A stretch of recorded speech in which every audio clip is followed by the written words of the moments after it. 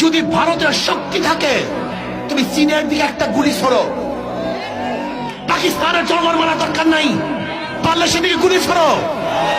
যদি পাকিস্তানের একজন নাগরিককে মারা হয় ওরা প্রতিশোধ হিসেবে 10 জনকে মেরে ফেলে। যদি চীনের দিকে গুলি ছোড়ে তার পরিবর্তে ওরা ভূখণ্ডকে দখল করে নেয়। আর বাংলাদেশ স্বাধীন নাকি? এদেশের মানুষদেরকে তো মারি।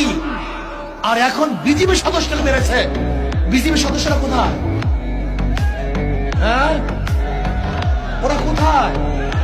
ওদের সাথে একটা পোশাক আছে, ওদের সাথে একটা বুট জুতা আছে, ওদের কাছে একটা রাইফেল আছে, ওদের ভিতরে মানুষত্ব নাই, রক্ত নাই, ওদের মধ্যে হিম্মত সাহস নাই, সব ধ্বংস করে ফেলছে। আমরা কি স্বাধীনতা অর্জন করেছি এত রক্তের বিনিময়ে?